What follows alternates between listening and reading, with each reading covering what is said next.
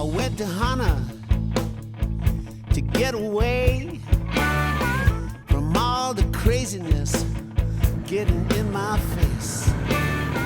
No more traffic. You know, Frank, when I said I wanted to add an extension to my home, I think you misunderstood. I must have, but What's with all the cords? okay. Anyway, when most people come to a home center to buy an extension cord, sometimes they buy the wrong one because they don't realize that extension cords come in different gauges. Gauges. What is a gauge? Well, let me give you an example. Here we have a light duty. They call this an 18 gauge extension cord, and that's measured by the thickness of the wire that is in the cord. And these type of cords are great for lamps, things that don't draw a lot of current, and That don't need strictly a ground, and too, strictly for indoors. Yeah, and they have a large fin and a small fin Yeah. for polarity. In other words, you don't want to reverse polarity. Usually, the larger fin is your neutral. The smaller fin is your hot If line. you put it in the wrong polarity, might everything you look at is backwards. Well, like the TV might flicker. Oh, I see. Yeah, I because didn't know that. because the polarity is wrong. Okay. So again, but when you get an outdoor extension cord, they come in 16 gauge, 14 gauge, and 12 gauge. I noticed the numbers getting smaller as the Right. thing gets bigger. Right, it's the opposite. The smaller the number, the larger the copper wire inside. Okay. Right. So 16 gauge is fine for small power tools like a drill, appliances that are going to draw less than 10 amps. A 14 gauge Yeah. is up to 15 amps, Okay. and 12 gauge is up to 20 amps. Is it written on the wire in Yes. most cases? I know I Yeah. noticed there's writing. Right, there is writing, and it'll tell you right on it what it is. Like in this case, AWG16. That's Okay. the gauge of the So wire. when in doubt, Correct. read it out. Right, and the fire department, OSHA, they recommend buy the proper length of extension cord. For instance, if I have to go 50 feet, they recommend that you have a 50-foot extension cord rather than taking two 25s and connecting them together. That would be hard connecting those two sides. Yeah, because one reason is, let's say I connected this, Yeah. and I'm out in my lawn and it just rained, Right.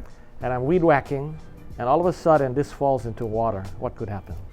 You get a new hairdo? That's correct. So they recommend not having that ability where this thing will pull apart. Now, some people, if you're working it indoors, you can do this. No, I have used an electric weed whacker, and I do this. Right. That's okay, right? From the appliance to the extension cord? Yeah, but again, it's recommended again that if you always need 50 feet, get a 50-footer rather than joining.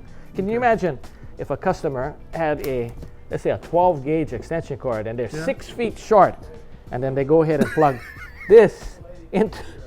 I'll go plug my freezer in, bro, and then they leave it and forget it. Because you see what happens with electricity, in addition to amps and wattage, there's a thing called ohms. Yeah. And ohms is the resistance. Imagine you have a sprinkler system. You have 10 sprinkler heads on a sprinkler pipe. You turn on your water, the first sprinkler head, plenty water. Yeah. When you get down to the 10th sprinkler head, a little water. So what's happening is this extension cord is absorbing some of the current going through it. So if I have a table saw and I'm 100 foot away, that copper is absorbing. So by the time it gets to my appliance, I'm going to have less amperage. Is there a chance of overheating and fire in a case like? Of course. So let's go to the multiple strips. Here's a perfect example. With computers today, everybody has these. So what happens is somebody plugs this in to their main outlet, and they have 6 things plugged into it. But all of a sudden, they have 8 things they want to plug in. Okay? So instead of getting another multiple strip and plugging it into another outlet, what do? They daisy chain. They take this one, plug it into this one. Hey, now I can put 11 things, right? You put you can put 150 things. But the problem is, multiple strips are rated at 15 amps. So let's say the first item was 3 amps, 2 amps, 5 amps. All of a sudden, I'm exceeding 15 amps. I put in my last item and I'm at 20 amps. What's going to happen is one of 2 things. Either there's a reset button. It's going to pop out, turning off the current. Or if this is defective, the line could get extra warm, causing a fire. Oh, well, that's an issue. So you should never daisy chain multiple strips.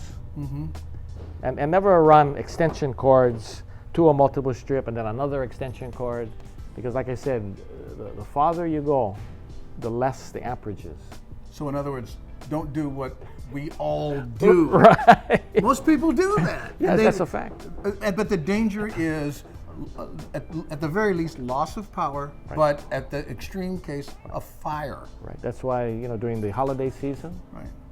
many homes burn because people run extension cords improperly for their decoration. And it's not the tree heating up, it's the extension. It's the extension cord causing the fire. Okay, I gotta go unplug some things. I'll be right back. Okay.